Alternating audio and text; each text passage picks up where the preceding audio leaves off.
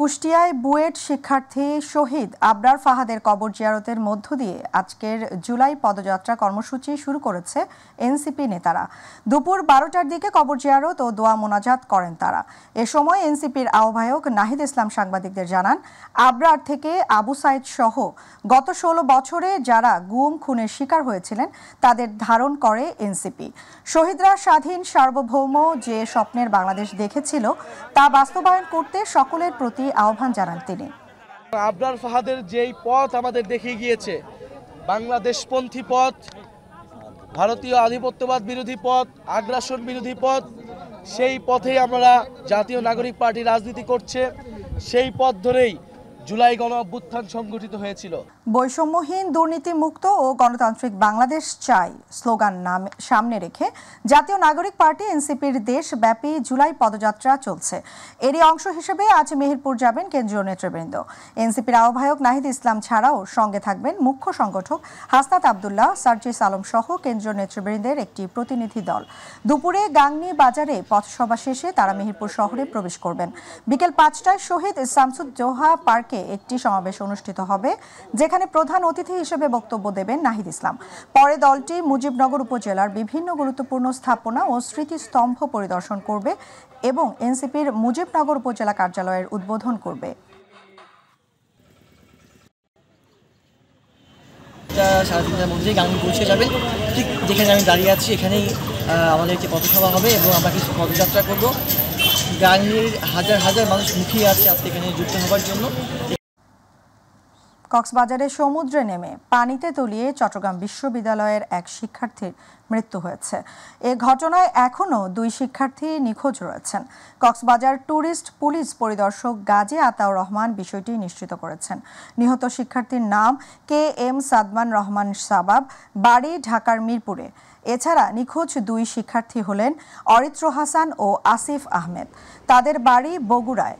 তারা 3 জনই বিশ্ববিদ্যালয়ের শহীদ মোহাম্মদ ফরহাদ হোসেন হলে থাকতেন। জানা গেছে, চট্টগ্রাম বিশ্ববিদ্যালয়ের ডেভেলপমেন্ট স্টাডিজ বিভাগের 2023-24 শিক্ষাবর্ষের 4 জন শিক্ষার্থী কক্সবাজার সমুদ্র সৈকতে ঘুরতে যান। আজ সকালে 3 জন হিমছড়ি বিচে নামেন। এক পর্যায়ে তলিয়ে যান তারা। পরে একজনের মরদেহ উদ্ধার করা হলেও বাকি 2 জন নিখোঁজ রয়েছেন। টানা অতি ভারী বর্ষণে পটুয়াখালী শহরের অধিকাংশ এলাকা পানির নিচে তলিয়ে গেছে। গতকাল রাত থেকে একটানা বৃষ্টির ফলে আজ সকাল থেকে শহরের প্রধান সড়ক ও আশেপাশের এলাকাগুলো হাঁটু সমান পানিতে ডুবে যায়। এদিকে গত 24 ঘন্টায় 218 মিলিমিটার বৃষ্টিপাত রেকর্ড হয়েছে বলে জানিয়েছে পটুয়াখালী আবহাওয়া অফিস। শহরের নতুন বাজার, সদর রোড, চরপাড়া, জুবিলি সড়ক, মহিলা college, collectorate school, college road, SDO road, post office সড়ক ও পুরানা বাজার সহ বিভিন্ন এলাকায় পানি ঢুকে পড়েছে বসতবাড়ি ও দোকানপাটে।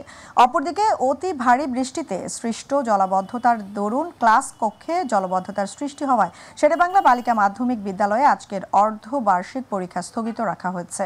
পটুয়াখালী পৌরসভার কর্মকর্তারা জানান, শহরের বিভিন্ন পয়েন্টে পানি নিষ্কাশনের কাজ চলছে এবং ড্রেন পরিষ্কার করা হচ্ছে। ঝিনাইদহের কোটচাঁদপুরের পিকআপ ভ্যানের ধাক্কায় এক মোটরসাইকেল আরোহী নিহত হয়েছে। আহত হয়েছে আরও একজন। দুপুরে উপজেলার বলুহর এলাকার ডাকাততলা ব্রিজের উপর এই দুর্ঘটনা ঘটে। পুলিশ ও স্থানীয়রা জানায়, পিকআপের ধাক্কায় ঘটনাস্থলে শফিকুল ইসলাম মারা যান। আর আহত হাবিবকে কোটচাঁদপুর উপজেলা স্বাস্থ্য কমপ্লেক্সে নিয়ে গেলে কর্তব্যরত চিকিৎসক তাকে যশোর জেনারেল হাসপাতালে রেফার করেন। মাই টিভির প্রতিষ্ঠাতা চেয়ারম্যান মরহুমা ওমেদা বেগমের 18তম মৃত্যুবার্ষিকী উপলক্ষে দোয়া ও মোনাজাতের আয়োজন করেছে my TV Chittagong bureau office. Chittagong নগরীর কাজের দেউরিস্থ এলাকায় অবস্থিত স্টেডিয়াম শপিং কমপ্লেক্সে এই আয়োজন অনুষ্ঠিত হয়। দোয়া ও মোনাজাত পরিচালনা করেন স্টেডিয়াম শপিং কমপ্লেক্সের পেশ ইমাম হাফেজ মাওলানা তানভীর হাসান। তিনি কোরআন তেলাওয়াত ও দোয়ার মাধ্যমে মরহুমার রুহের মাগফিরাত কামনা করেন এবং তার নেক আমলের জন্য দোয়া করেন। অনুষ্ঠানে উপস্থিত ছিলেন মাই টিভি চট্টগ্রাম ব্যুরো প্রধান Haji Mohammad Nurul Kabir, senior video journalist Mohammad Mamunur Rashid সহ মাই টিভি চট্টগ্রাম অফিসে কর্মরত অন্যান্য সদস্যবৃন্দ। নোয়াখালীতে মাই টিভি প্রতিষ্ঠাতা চেয়ারম্যান মরহুমা ওমেদা বেগমের 18তম মৃত্যু বার্ষিকী উপলক্ষে বেগমগঞ্জ চৌরাস্তা জামে মসজিদে দোয়া ও মিলাদ মাহফিল অনুষ্ঠিত হয়। দোয়া ও মিলাদ মাহফিলে সাধারণ মুসল্লিরা অংশগ্রহণ করে মরহুমার জন্য দোয়া করেন। দোয়া ও মোনাজাত পরিচালনা করেন উক্ত মসজিদের খতিব মাওলানা আব্দুল করিম। এতে উপস্থিত ছিলেন মাই টিভি নোয়াখালী জেলা প্রতিনিধি ইউনিস শিকদার বাহার, সাংবাদিক আজিজ আমির, মাওলানা কাজী জহিরুল ইসলাম, মাওলানা মোর্শেদ আলম সহ অনেকে।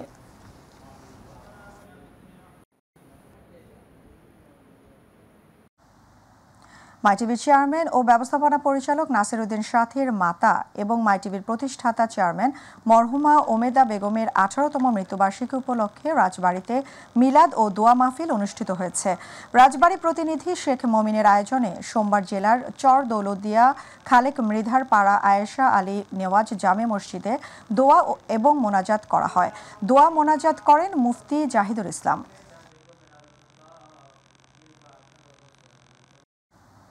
মাই টিভির চেয়ারম্যান ও ব্যবস্থাপনা পরিচালক নাসির উদ্দিন সাথীর মাতা এবং মাই টিভির প্রতিষ্ঠাতা চেয়ারম্যান মরহুমা ওমেদা বেগমের 18তম মৃত্যুবার্ষিকী উপলক্ষে তার রুহের আত্মার মাগফিরাত কামনায় মিলাদ ও দোয়া মোনাজাত অনুষ্ঠিত হয়েছে। সোমবার নলসিটি উপজেলা প্রেস ক্লাবে দোয়া ও মোনাজাত অনুষ্ঠিত হয়। মাই টিভির নলসিটি উপজেলা প্রতিনিধি ও নলসিটি উপজেলা প্রেস ক্লাবের সদস্য সচিব মোহাম্মদ রাশেদ খান মিঠুর আয়োজনে আরও উপস্থিত ছিলেন উপজেলা প্রেস ক্লাবের সদস্যবৃন্দ সহ সাধারণ মুসল্লিগণ।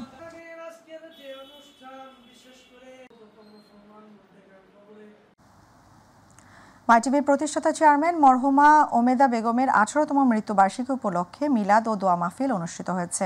মাই টিভির রংপুর প্রতিনিধি মাহমুদুল হাসানের আয়োজনে স্থানীয় দারুল কোরআন সৌতুল হেরা মাদ্রাসার এতিম বাচ্চাদের নিয়ে মরহুমা আত্মার মাগফিরাত কামনা করে দোয়া এবং মোনাজাত করা হয়। এ সময় মাই টিভি চেয়ারম্যান নাসির উদ্দিন সাথীর সুস্থতা কামনা সহ মাই টিভি পরিবারের সকলের সর্বাঙ্গীন মঙ্গল কামনা করে দোয়া করা হয়।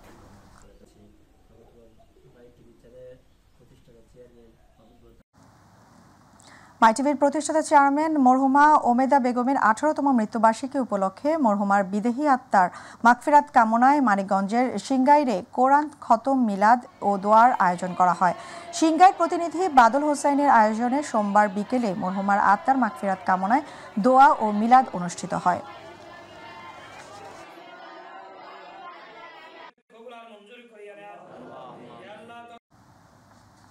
মাই টিভির চেয়ারম্যান ও ব্যবস্থাপনা পরিচালক নাসির উদ্দিন সাথীর মাতা এবং প্রতিষ্ঠাতা চেয়ারম্যান মরহুমা ওমেদা বেগমের 18তম মৃত্যুবার্ষিকী উপলক্ষে কোরআন খতম দোয়া ও মিলাদ মাহফিল অনুষ্ঠিত হয়েছে। গাজীপুরের পোড়াবাড়ি এলাকায় আল আজহার কৌমি মাদ্রাসায় কোরআন খতম দোয়া মিলাদ ও এতিম অসহায় মাদ্রাসার শিক্ষার্থীদের মাঝে তবারক বিতরণ করা হয়েছে। এ সময় মাই টিভির গাজীপুর প্রতিনিধি মোহাম্মদ আব্দুল হামিদের সভাপতিত্বে গণমাধ্যম কর্মী আব্দুল্লাহ আল মামুন সহ অনেকে উপস্থিত ছিলেন।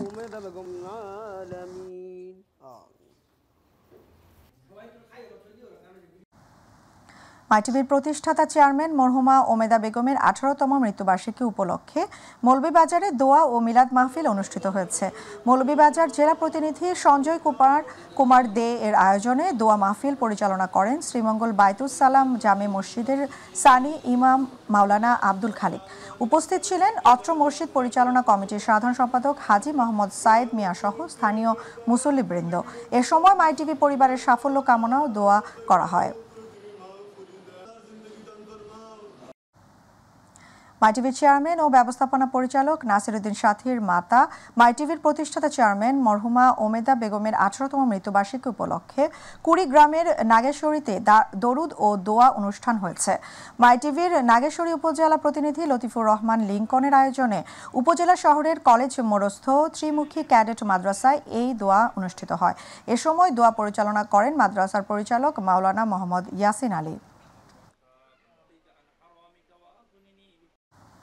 লালমনিরহাটে মাই টিভির চেয়ারম্যান ও ব্যবস্থাপনা পরিচালকের মাতা এবং মাই টিভির প্রতিষ্ঠাতা চেয়ারম্যান ওমেদা বেগমের 18তম মৃত্যুবার্ষিকী উপলক্ষে দোয়া ও মিলাদ মাহফিল অনুষ্ঠিত হয়েছে। মঙ্গলবার বাদ জোহর স্থানীয় রেলওয়ে স্টোর পাড়া জামে মসজিদে মরহুমার মাগফিরাত কামনা করে এ দোয়া মাহফিল অনুষ্ঠিত হয়। এ সময় মাই টিভির চেয়ারম্যানের পরিবারের সদস্যদের সুস্থতা ও শান্তি কামনায় বিশেষ মোনাজাত করা হয়। দোয়া মাহফিলে রেলওয়ের লালমনিরহাট বিভাগীয় ব্যবস্থাপক আবু হেনা মোস্তফা আলম, মাই টিভি লালমনিরহাট প্রতিনিধি মাহফুজ সাজু সহ স্থানীয় মুসল্লিরা দোয়া মোনাজাতে অংশ নেন। গত 15 বছরে রাষ্ট্রের সবকিছু ধ্বংস করে দিয়েছে আওয়ামী লীগ সরকার। এখন রাষ্ট্রটিকে নতুন করে সাজাতে হলে আগে সেটি মেরামত করতে হবে। এজন্যই বিএনপির ভারপ্রাপ্ত চেয়ারম্যান তারেক রহমান 31 দফা প্রণয়ন করেছেন। সোমবার উপজেলার দেওপাড়া ইউনিয়নের প্রধান বক্তা হিসেবে তিনি এসব কথা বলেন। এ সময় প্রধান অতিথি হিসেবে উপস্থিত ছিলেন বিএনপির চেয়ারপারসনের উপদেষ্টা লুৎফর রহমান খান আজাদ। গণসংযোগে উপস্থিত ছিলেন বিএনপির টাঙ্গাইল জেলা বিএনপির সহসভাপতি মঞ্জুরুল হক মঞ্জু, উপজেলা বিএনপির সাবেক ভারপ্রাপ্ত সভাপতি তোফাজ্জল হক সেন্টু সহ অঙ্গ সংগঠনের নেতাকর্মীরা।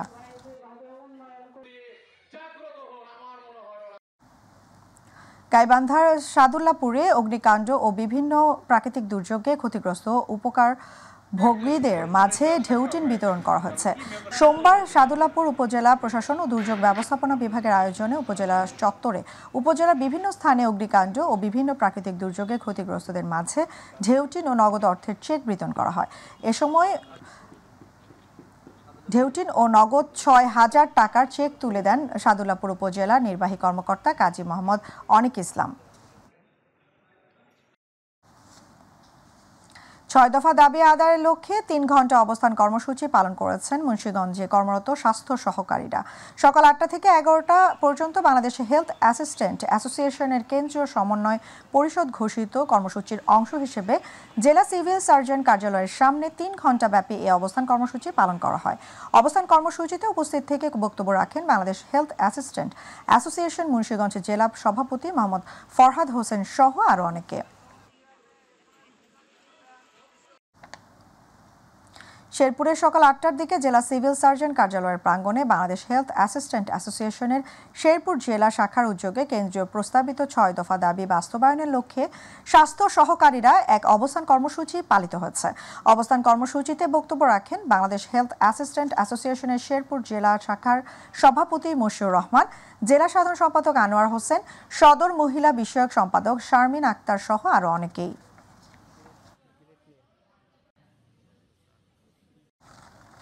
গাইবান্ধার সাদুল্লাপুরে রাস্তাসহ ৫৪ বছরের পুরনো একটি কালভার্টে লাগেনি উন্নয়নের ছোঁয়া। ২ কিলোমিটার দীর্ঘ সড়কসহ কালভার্টের বেহাল দশায় চরম ভোগান্তিতে লাখো মানুষ। উপজেলা প্রকৌশলী বলছেন, এরই মধ্যে সড়কসহ কালভার্ট মেরামতের প্রকল্প তৈরি করে মন্ত্রণালয়ে পাঠানো হয়েছে। দ্রুত কাজ শুরু হবে। প্রতিনিধি শাহিন মিয়ার তথ্যচিত্রে আর জানাচ্ছেন শিমুল খান। গাইবান্ধার সাদুল্লাপুর উপজেলার কামারপাড়া রেলগেট হয়ে ২ কিলোমিটার পাকা রাস্তার কার্পেটিং সহ কালভার্টের বেহাল দশা চলছে বহুদিন। এ নিয়ে চরম ভোগান্তিতে এলাকাবাসী।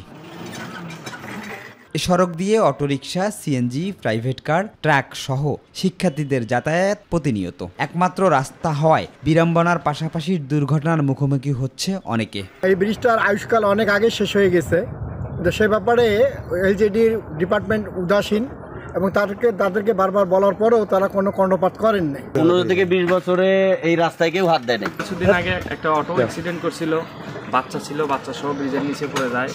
মাদ্রাসা আছে, কলেজ আছে, কিন্তু এই রোডটা পাকা করার দরকার আর এই ব্রিজটা একদম ঠিক করার দরকার। রাস্তা সহ কালভার্ট সংস্কারের জন্য স্থানীয় ইউনিয়ন পরিষদের চেয়ারম্যানকে একাধিকবার জানিয়েও প্রতিকার পাননি এলাকাবাসী। কামারপাড়া কলেজের সামনে যে রাস্তাটা প্রায় আনুমানিক 2 কিলোমিটার, এই রাস্তাটা অনেক জীর্ণশীর্ণ।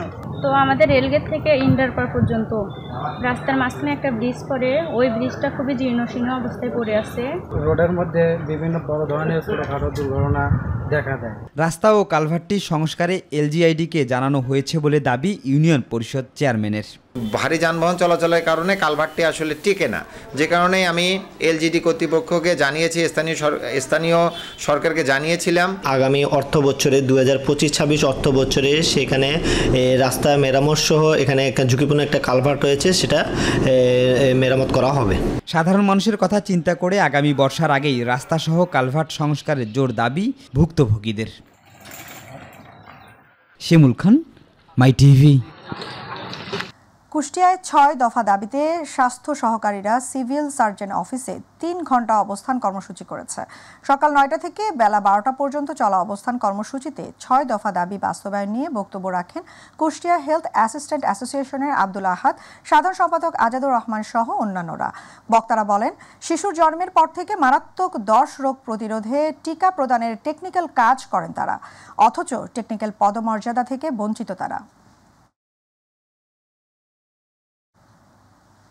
বৈষম্যের ঠাঁই নাই, নিয়োগ বিধি সংশোধন চাই, এই স্লোগানে রাজবাড়ীতে ৬ দফা দাবি বাস্তবায়নের দাবিতে স্বাস্থ্য সহকারীরা অবস্থান কর্মসূচি পালন করেছে।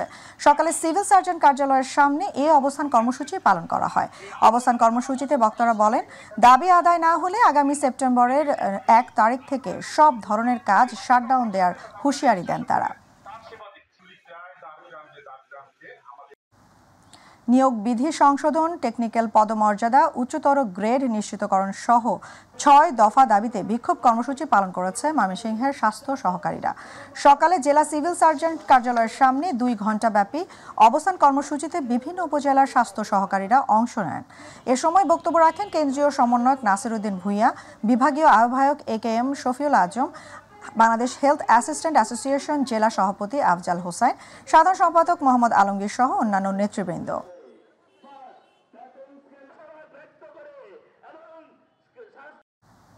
কয়েকটা দাবিতে বরিশালের কয়েকশো স্বাস্থ্য সহকারীরা সিভিল সার্জন অফিস চত্বরে অবস্থান কর্মসূচি পালন করেন।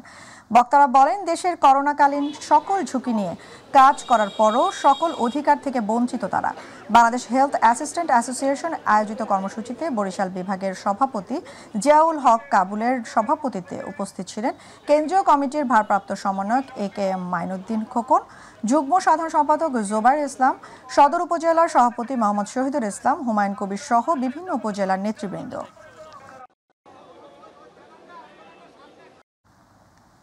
বরিশালের বাকেরগঞ্জে কবাই ইউনিয়নে হানুয়া লক্ষ্মী পাশা মোহাম্মদিয়া আলিম মাদ্রাসা অধ্যক্ষ খলিলুর রহমান সংবাদ সম্মেলন করেছেন। সংবাদ সম্মেলনে অভিযোগ করে বলেন, স্থানীয় কিছু প্রভাবশালী বিভিন্ন সময় অত্র মাদ্রাসায় অনৈতিকভাবে কমিটি ও শিক্ষক নিয়োগ দেওয়ার জন্য হুমকি দিয়ে আসছে। এ সকল অনৈতিক কর্মকাণ্ড না করতে পেরে তার বিরুদ্ধে মিথ্যে ও ভিত্তিহীন সংবাদ প্রকাশ করে তাকে তার প্রতিষ্ঠানকে হেয় প্রতিপন্ন করে। বর্তমানে তিনি নিরাপত্তাহীনতায় ভুগছেন। এ বিষয়ে সংবাদ সম্মেলন করে প্রশাসনের হস্তক্ষেপ কামনা করেন তিনি। গ্রেড পরিবর্তন, টেকনিক্যাল পদমর্যাদা প্রদান ও পদোন্নতি সহ ৬ দফা দাবিতে কিশোরগঞ্জে অবস্থান কর্মসূচি পালন করেছে স্বাস্থ্য সহকারীরা। বাংলাদেশ হেলথ অ্যাসিস্ট্যান্ট অ্যাসোসিয়েশন জেলা শাখার উদ্যোগে সকালে সিভিল সার্জনের কার্যালয়ের সামনে এ কর্মসূচি শুরু হয়। বৃষ্টি উপেক্ষা করে সংগঠনের ব্যানারে কয়েক শত স্বাস্থ্য সহকারী কর্মসূচিতে অংশ নিয়ে দাবি আদায়ে বিভিন্ন স্লোগান দেন। গ্রেড পরিবর্তন, টেকনিক্যাল পদমর্যাদা প্রদান ও পদোন্নতি সহ কোনো দাবি পূরণ করা হচ্ছে না। বক্তারা স্বাস্থ্য বিভাগে দীর্ঘদিন ধরে চলা বৈষম্য নিরসনেরও দাবি জানিয়ে বলেন, অন্যথায় কঠিন আন্দোলন গড়ে তোলা হবে। আন্দোলনের শেষ পরিণতি পর্যন্ত কেন্দ্রীয় কর্মসূচি Bangladesh health assistant association Magura জেলা শাখার আয়োজনে নিয়োগ বিধি সংশোধন, স্নাতক যোগ্যতা যুক্ত করে 14তম গ্রেড প্রদান এবং ইন সার্ভিস ডিপ্লোমার মাধ্যমে 11তম গ্রেডে উন্নতিকরণের দাবিতে স্বাস্থ্য সহকারীদের অবস্থান কর্মসূচি অনুষ্ঠিত হয়েছে। মাগুরা সিভিল সার্জনের কার্যালয়ের সামনে এই কর্মসূচিতে জেলার সকল উপজেলা থেকে আগত স্বাস্থ্য সহকারীরা অংশ নেন। এ সময় বক্তারা দ্রুত দাবি বাস্তবায়নের জন্য সরকারের প্রতি আহ্বান জানান। অনুষ্ঠানে জেলা সাধারণ সম্পাদক নাজমুল হোসেনের সঞ্চালনায় সভাপতিত্ব করেন সভাপতি নজরুল ইসলাম। পরিকল্পিত বনায়নকারী সবুজ বাংলাদেশ গড়ি স্লোগানকে সামনে রেখে মাদারীপুরে 7 দিন ব্যাপী শুরু হয়েছে বৃক্ষরোপণ অভিযান ও বৃক্ষ মেলা। বেলা 11টার দিকে শহরের লেক পাড়ের স্বাধীনতা অঙ্গনে ফিতা কেটে এই মেলার উদ্বোধন করেন জেলা প্রশাসক মোসাম্মদ ইয়াসমিন আক্তার। পরে একটি র্যালি বের হয়ে বেশ কয়েকটি সড়ক প্রদক্ষিণ করে একই স্থানে গিয়ে শেষ হয়। পরে সেখানে আলোচনা সভা অনুষ্ঠিত হয়। আলোচনা সভায় বক্তারা উপস্থিত সবাইকে নিজ নিজ বাড়িতে বৃক্ষরোপণের আহ্বান জানান। মাদারীপুর অতিরিক্ত জেলা প্রশাসক ফাতিমা আজরিন তন্নির সভাপতিত্বে অনুষ্ঠানে উপস্থিত ছিলেন পুলিশ সুপার মোহাম্মদ নাইমুল হাসান সহ অনেকেই।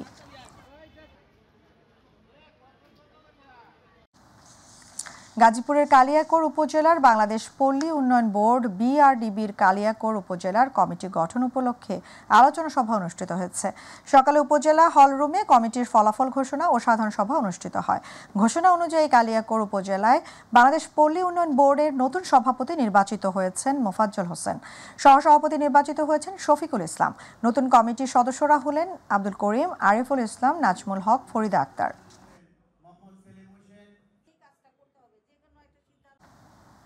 চট্টগ্রাম দক্ষিণ জেলা বিএনপির আহ্বায়ক আলহাজ ইদ্রিস মিয়া বলেছেন, বিএনপিকে ক্ষমতায় আনতে হলে তারেক রহমানের ঘোষিত 31 দফা ঘরে ঘরে পৌঁছে দিতে হবে এবং দলীয় কাঠামোকে আরও শক্তিশালী করতে হবে।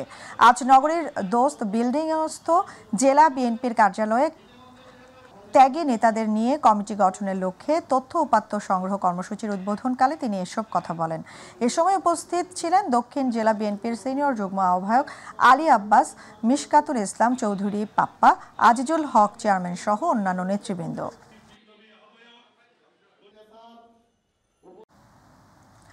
করোনার পাশাপাশি চট্টগ্রামে ডেঙ্গুরও প্রকোপ বাড়ছে। 24 ঘন্টায় নতুন করে 22 জন ডেঙ্গু আক্রান্ত হয়ে হাসপাতালে ভর্তি হয়েছেন। জেলার মোট আক্রান্তের সংখ্যা দাঁড়িয়েছে 83 জনে। আক্রান্তদের মধ্যে 13 জন পুরুষ, 5 জন নারী এবং 4 জন শিশু রয়েছে। চিকিৎসকরা জানিয়েছেন, জ্বর হলেই অবহেলা না করে দ্রুত পরীক্ষা নিরীক্ষা করাতে হবে। ডেঙ্গু নাকি করোনা তা নির্ভর করে সঠিক পরীক্ষার উপর। Civil surgeon doctor Jahangir Alam জানিয়েছেন, ডেঙ্গু প্রতিরোধে প্রতিটি উপজেলা স্বাস্থ্য কমপ্লেক্সে পরিষ্কার পরিচ্ছন্নতা, মশা নিধনে ঔষধ ছিটানো সহ নানা পদক্ষেপ নেওয়া হয়েছে। ব্রাহ্মণবাড়িয়ায় বাংলাদেশ হেলথ অ্যাসিস্ট্যান্ট অ্যাসোসিয়েশন জেলা শাখার আয়োজনে কেন্দ্র ঘোষিত কর্মসূচির অংশ হিসেবে অবস্থান কর্মসূচি পালিত হয়েছে। সকালে জেলা সিভিল সার্জন কার্যালয়ের সামনে সকাল 8টা থেকে 11টা পর্যন্ত 6 দফা দাবি বাস্তবায়নের লক্ষ্যে এ কর্মসূচি পালিত হয়। জেলা হেলথ অ্যাসিস্ট্যান্ট অ্যাসোসিয়েশনের সভাপতি তানিয়া সুলতানার সভাপতিত্বে সাধারণ সম্পাদক দিদারুল ইসলামের সঞ্চালনায় বক্তব্য রাখেন সাংগঠনিক সম্পাদক জহির কবির শিহাব, আশুগঞ্জ উপজেলা সভাপতি কবির হোসেন, বিজয়নগর সভাপতি শাহিন মিয়া, নবীনগর উপজেলা সাধারণ সম্পাদক সাইফুল ইসলাম, সদর উপজেলা সাধারণ সম্পাদক শামসুন নাহার বেগম, সাংগঠনিক সম্পাদক নাজমা সুলতানা, স্বাস্থ্য সহকারী ফারজানা সুমি সহ আরো অনেকে। 14তম গ্রেড প্রদান ও পদোন্নতির ক্ষেত্রে ধারাবাহিকভাবে পরবর্তী উচ্চতর গ্রেড প্রদান সহ 6 দফা বাস্তবায়নের দাবিতে খুলনায় অবস্থান কর্মসূচি পালন করেছে স্বাস্থ্য সহকারীরা। বাংলাদেশ হেলথ অ্যাসিস্ট্যান্ট অ্যাসোসিয়েশন কেন্দ্রীয় সমন্বয় পরিষদের ডাকে সকাল 8টা থেকে 11টা পর্যন্ত খুলনা সিভিল সার্জন কার্যালয়ের সামনে তারা এই অবস্থান কর্মসূচি পালন করে। খুলনার 9 উপজেলা স্বাস্থ্য কমপ্লেক্সের স্বাস্থ্য সহকারীরা সকাল 7:30টায় সিভিল সার্জন কার্যালয়ের সামনে সমবেত হয়। পরে সকাল 8টায় আন্দোলনকারীরা মাঝারি বৃষ্টি উপেক্ষা করে অবস্থান কর্মসূচি শুরু করেন। অবস্থান চলাকালে এক সমাবেশের আয়োজন করে। ভোলায় যৌথ অভিযানে আওয়ামী লীগের 3 জন দুষ্কৃতিকারীকে একটি দেশীয় আগ্নেয়াস্ত্র, 2 রাউন্ড তাজা কার্তুজ ও 5টি চাইনিজ কুড়াল সহ আটক করেছে কোস্টগার্ড। সকালে কোস্টগার্ড সদর দপ্তর মিডিয়া কর্মকর্তা লেফটেন্যান্ট কমান্ডার হারুনুর রশিদ এ তথ্য জানান। তিনি বলেন, গোপন সংবাদের ভিত্তিতে রাত 2টায় কোস্টগার্ড বেস ভোলা ও পুলিশের সমন্বয়ে ভোলার সদর থানাধীন চরসামাইয়া ইউনিয়নের বড় চরসমাইয়াও চরকালী সংলগ্ন এলাকায় একটি যৌথ অভিযান পরিচালনা করা হয়। আটককৃত দুষ্কৃতিকারীদের বিরুদ্ধে পরবর্তী আইনানুগ ব্যবস্থা গ্রহণের জন্য ভোলা সদর থানায় হস্তান্তরের কার্যক্রম প্রক্রিয়াধীন রয়েছে।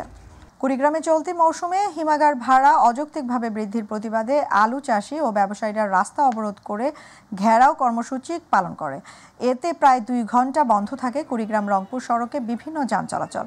ফলে চরম দুর্ভোগে পড়ে হাজারো মানুষ। সকালে সদরের কাঁঠালবাড়ি বাজারে এ কর্মসূচি পালন করে শত শত আলু চাষি। কৃষকরা জানান, আলুর বীজ, সার ও কীটনাশকের দাম বৃদ্ধির ফলে প্রতি কেজি আলু উৎপাদনে ব্যয় হয়েছে 22 টাকা। বর্তমানে হিমাগার ভাড়া প্রতি কেজি 6 টাকা 75 পয়সা। সব মিলিয়ে এবছর আলু উৎপাদন ও হিমাগার ভাড়া সহ প্রতি কেজির জন্য ব্যয় হচ্ছে 29 টাকা। দেশের সকল প্রতিবন্ধী বিদ্যালয়কে স্বীকৃতি প্রদান ও এমপিও ভুক্তির দাবিতে নেত্রকোনায় মানববন্ধন ও জেলা প্রশাসকের কাছে স্মারকলিপি প্রদান করেছে শিক্ষক কর্মচারীরা। দুপুরে বাংলাদেশ প্রতিবন্ধী বিদ্যালয় সমন্বয় পরিষদের উদ্যোগে শহরের জেলা পাবলিক হল ও জেলা প্রেস ক্লাবের সামনের সড়কে মানববন্ধনে বক্তব্য রাখেন সংগঠনের জেলা শাখার সভাপতি দীপক চন্দ্র বিশ্ব শর্মা, সাধারণ সম্পাদক পান্না আক্তার সহ অন্যান্যরা। এ সময় সমাজ কল্যাণ মন্ত্রণালয়ের প্রতিবন্ধী অধি শাখার মাধ্যমে দেশের 1772টি প্রতিষ্ঠানকে স্বীকৃতি ও এমপিও ভুক্তির জোরালো দাবি জানান তারা। চট্টগ্রামের ঐতিহাসিক মাইজ ভান্ডার দরবার শরীফে ইয়াউমে আশুরা উপলক্ষে সোহাদায়ে কারাবালার স্মরণে মাহফিল দোয়া ও মোনাজাত অনুষ্ঠিত হয়েছে। রাতে গাউসিয়া আহমদিয়া মঞ্জিল শাহী ময়দানে আঞ্জুমানে মোত্তাবেইনে গাউসে মাইজ ভান্ডারের আয়োজনে মাহফিলে বয়ান করেন জনপ্রিয় ইসলামী বক্তা গিয়াসউদ্দিন তাহিরি। এছাড়া মাহফিলে আওলাদে গাউসুল আজম ও খ্যাতনামা ওলামা মাশেখগণ তকরির পেশ করেন। প্রধান অতিথির বক্তব্যে সংগঠনের সভাপতি শাহ সুফি ডক্টর সৈয়দ দিদারুল হক মাইজ ভান্ডারী মুসলিম উম্মাহকে কারবালার আদর্শে ঐক্যবদ্ধ হওয়ার আহ্বান জানান।